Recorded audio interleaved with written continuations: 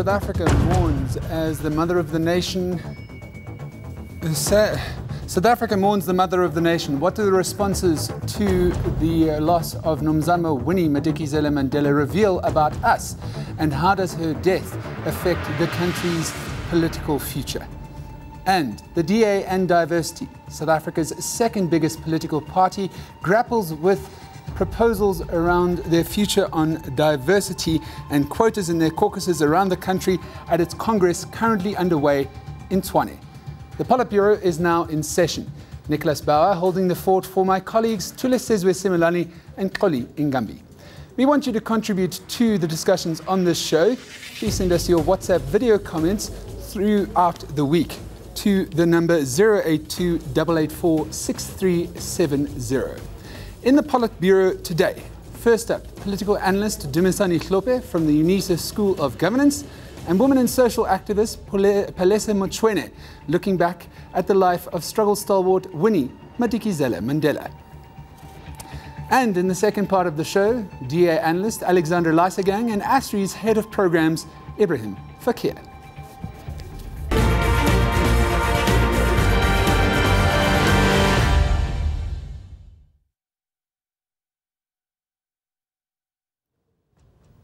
The nation was shocked by the news on Easter Monday of the passing of struggle stalwart Winnie Madikizela Mandela. Mama Winnie passed away unexpectedly after being admitted to hospital during the Easter weekend complaining of flu-like symptoms. The death of Winnie Madikizela Mandela is a great loss in that she has been one of the strongest women in our struggle who suffered immensely under the apartheid regime, who was imprisoned, who was banished, who was treated very badly, separated not only from her husband but from her children as well and her people. But notwithstanding all this, she remained strong, she remained determined, she was courageous, and in many ways she was also very stubborn. Stubborn on behalf of our people, because she knew that out of her stubborn disposition, she would be able to inspire millions of South Africans. In addition to her comrades, dignitaries, diplomats, politicians from various political parties and everyday South Africans made their way to Mama Winnie's house in Soweto to pay homage to the activist and icon. We slept here. We ate the food here. We were looked after here. When we were expelled in the ANC, this is the first place we came to because we needed the comfort of a mother. Well, to discuss the significance of the formidable figure in South African politics that was Mama Winnie Mandela and the consequences of her passing, Dumisani Hlope and Busisiwe and Mrs. Motsoneng. Thank you very much, Palesa, for joining us. So, what is the importance of the life of Winnie Madikizela Mandela hold to the South African nation? Ladies first, Palesa. Thank you. Thank you for allowing me to come on the show. For me personally, she's a hero. I think for each and every woman in this country, whether you're black, whether you're white, I think it is good that we lived in an era, in as much as I'm a young woman, where we got to know who Mama Winnie was. Even though I don't think enough is being said about her life, about her sacrifices, and her strength. I think the most part of Winnie Mandela was the negatives instead of the positives. I think each and every young woman in South Africa needs to know how powerful that woman was. The sacrifices that she made for her country, having to live her own kids at home, to sacrifice for the country, and making sure that the Mandela name continues to live on. So I think my sentiments are that don't let her memory go in vain. Don't let the memory, don't let young people only know the negatives about Winnie Mandela. Just let everybody know that this woman is a woman that was a fighter. She was a strong woman. She was brave, and she gave up everything for us to have this freedom that we have today. Dumisani, let me bring you in here. A political journey unparalleled anywhere in South Africa, really. Yeah, definitely so. I don't. For me, I don't think for now the issue is a status as a struggle icon. But I think what we have seen in the last few days is three things in particular. I think one, there's so much evidence that says people that were part of the struggle are not necessarily writing their own history.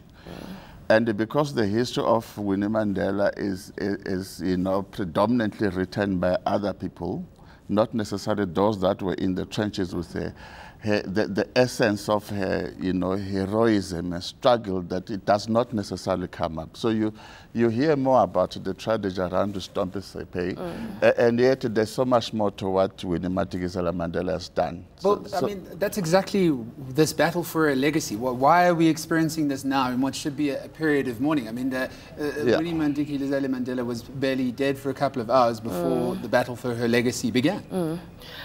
I think that's the problem, is that the country spends so much time vilifying her instead of celebrating her. The problem that we have in South Africa is that we don't celebrate our struggle heroes when they're alive.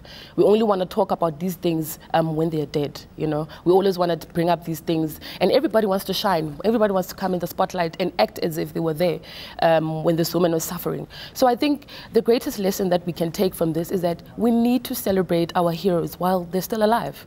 That is an important thing. We need to make sure that young people know about their legacy.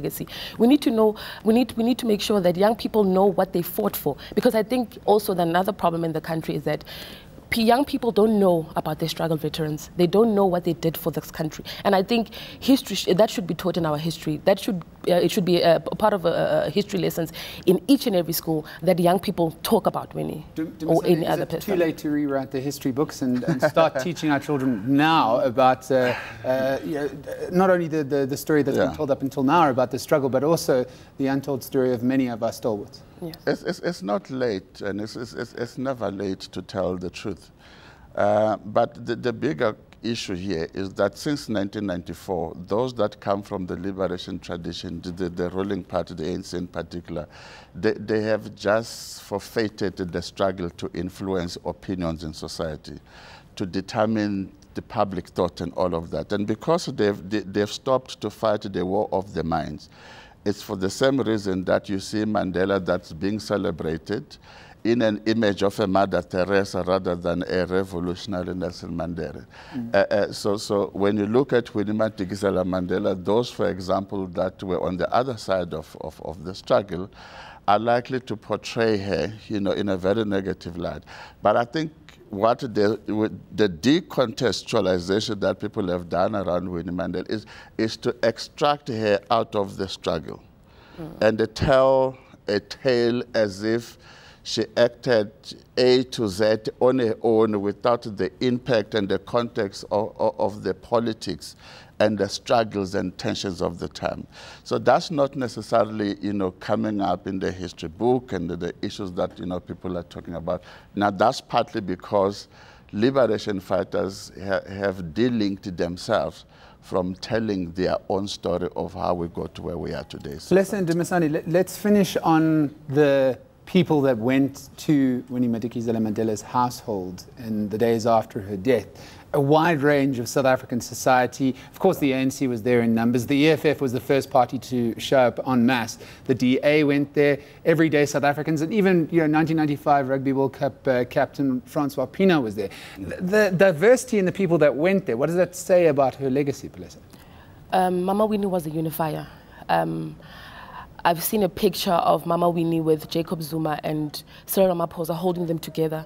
I've seen a picture of Mama Winnie with Julius Malema and Cyril Ramaphosa holding them together.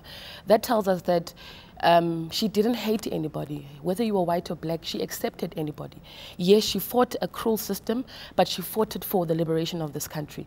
So I think we need to remember that. Remember, she was a humble woman. She was a unifier. Let's stop vilifying her. Let's celebrate her, and let us be reminded that let us celebrate all of our struggle veterans going forward. I think that's. Is it a bit unfair to have a look at the different political parties visiting her house and deifying Winnie Madikizela Mandela Dumisani with an eye on the 2019 general elections? Yeah, look, by the way, there's that political opportunism, you know, that is attached, you know, to this whole matter. But look, we can't rule that out. I think the good thing about Miss Madikizela Mandela is that she fought for everyone. So this is why she's likely to be celebrated, you know, by all. But I think one point, by the way, that I think is not coming out strongly in this matter is that she has proven to be a fighter in her own right. So her legacy is not dependent on who she got married to. Yes. And in most cases, when we celebrate women's struggle icon in this country, we celebrate them to the extent that they are married to a Tambo, to a Sisulu, to a Mandela. Now, in this particular case, when the ANC took a decision in the early 80s to use the Mandela name as a symbol of struggles, of human rights and freedom, she was in the forefront. There was very little that Mandela could do, you know, in prison. In fact, I think Mandela benefited from, you know, Winnie Madikizela's heroism and the struggle on her own to a point where the Mandela name as a symbol of resistance, you know, was kept alive. So there's much more that needs to be celebrated by the, you know, on this woman than she's probably getting.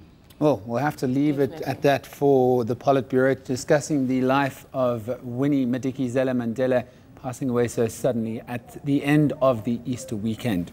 Coming up next, can South Africa's official opposition sustain its political ascendancy without descending into a war with itself over diversity? After the break, we speak with analysts about the Democratic Alliance's elective Congress currently underway in Tshwane.